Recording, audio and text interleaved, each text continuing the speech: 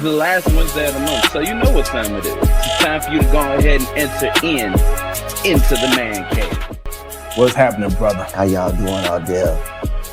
I'm here. I'm alive. Doom, doom, doom. Hey, hey. Doom, doom, doom. Here I go. Yeah, I'm here. Here I go. Good to see you, brother. Once again, happy 2026, yes, man. Yes. What's happening, man? And it's funny that you're on the show, Smooth.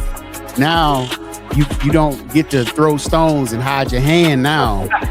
It's out there. People it seems like to the audience, we just randomly break out into laughter. But you don't hear or see what the producer does behind the scenes. Yeah. Yes. Now you see it. Yes. Now you see it. Shout out to my man Sadal, 10 years in the game, DJing one time. Shout out to my man Rio. He awake right now. Yeah, he awake for us. Yeah. And shout out to Smooth. Not doing no more backhanded stuff. He got to show his hand, right, Sadal? He can't set us up, Sadal. All right. That's what I'm talking about. Out here face to face. Let's go. Face to face, man. None of that hide behind that board, man. Can we duck it now? I'm here. 2026. Let's go, fellas. We got two teams that just can't seem to get it right. First, let's start out here with Pittsburgh.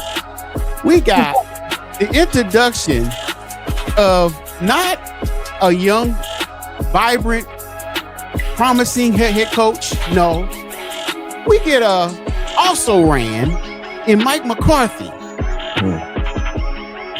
Where did that come from? Oh, he's the hometown hero.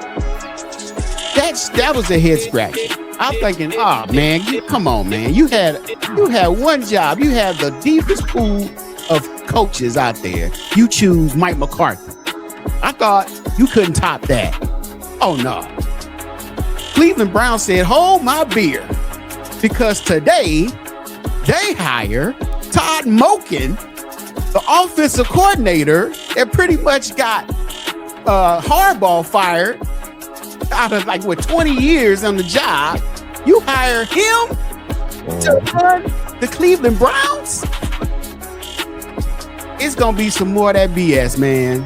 And I don't know what they were thinking in these two franchises. Cheaters never win. I was so happy to see Bill Belichick not be a first ballot Hall of Fame coach. You know, it's just due. It's due, because you know what? Cheating and doing all the BS that they did to win some of these championships, your chickens came home to roost. That's just what it is. You know, the voters, they were like, you know what? Get all the rings. You're not getting this. No.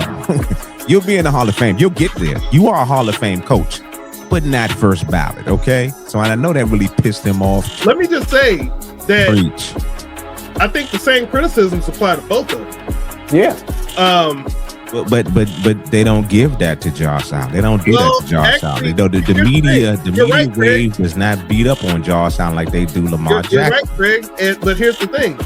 That's not going to be the case over this next season. Because of what the owner did, he actually put Josh Allen in a very bad situation. Because the narrative coming out of that game was, oh man, Josh Allen's crying. We feel bad for Josh. Somebody save Josh. That was the narrative coming out of the game. But when that owner made that press conference where he put all the heat on McDermott and promoted the GM, now people are going to be looking for the failures. And if Josh Allen doesn't perform, hold up, Craig. If Josh Allen doesn't perform, they're not going to be saying the criticism of Josh Allen because of Josh Allen. They're going to be saying the criticism of Josh Allen because the owner has made such a spectacle. Now Josh Allen is a target, or the owner is a target, and the only way you can get to the owner is to criticize Josh Allen. And as far as going to fourth down, if you look at the game, you see how both kickers were missing field goals in that game. You know, they didn't have faith in their kickers at that point. And so I think that's why someone like Sean Payton went for it on fourth down, because of that. I know I would want to believe that Peyton is a little bit smarter and more experienced to know how to handle playoff football. Now, to my knowledge, when Peyton went for that first down on 4th down, it wasn't snowing in. Nope. But then in that case, I retract my statement. The biggest surprise or takeaway was Sam Darnold. And you're thinking, he didn't really have good numbers against the Rams. They were like his kryptonite. It was. But he played like he was the better quarterback. Even though Matthew Stafford, had amazing numbers that game. But Sam Darnold just, did better in regards to that game, and they're now going to the Super Bowl. First of all, I had to disagree with you on this whole Sam Darnold outplayed Matthew Stafford.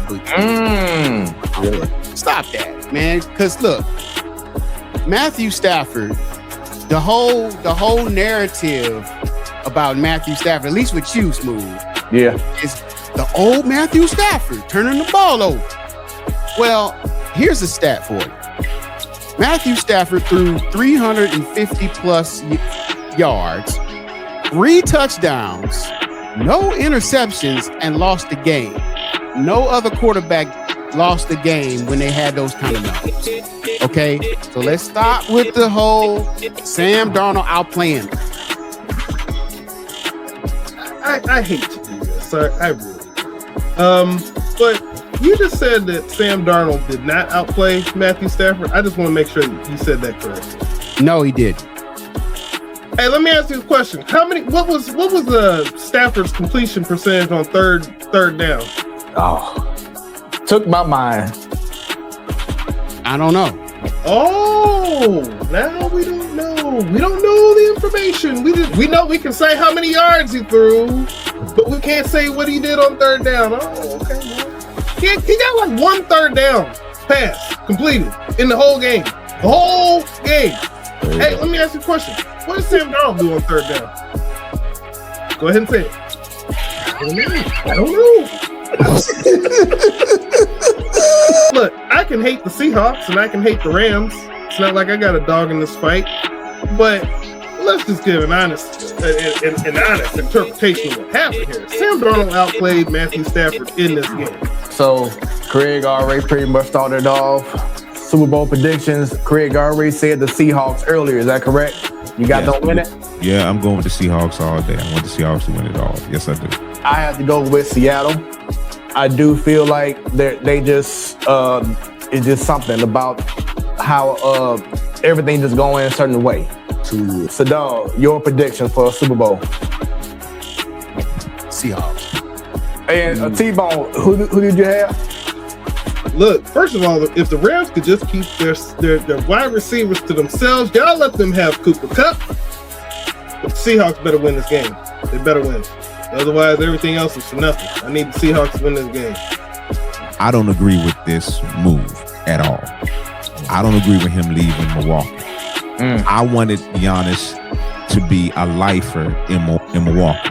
I wanted Milwaukee to get it right, to get it together, to give him some help to win another championship. I wanted them to do the right thing to build the franchise around him. All I'm saying is, just by what you were saying, it's you describing the same motive and the same thing that LeBron did when he left Cleveland.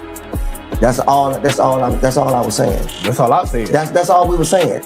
But I can't see a guy that puts in, like Fred was saying, like Smooth was saying, you put in 110%. You say he got the mama mentality, but you're not giving me the help that I need. So why should I stay? Why? And like what Sadal said earlier, if was a fifth, we all be drunk. But dang it, sometimes we do be on this show drunk. So,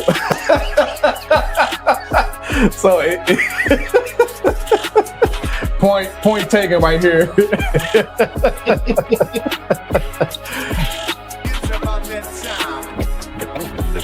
It's about to go down. It's about that time.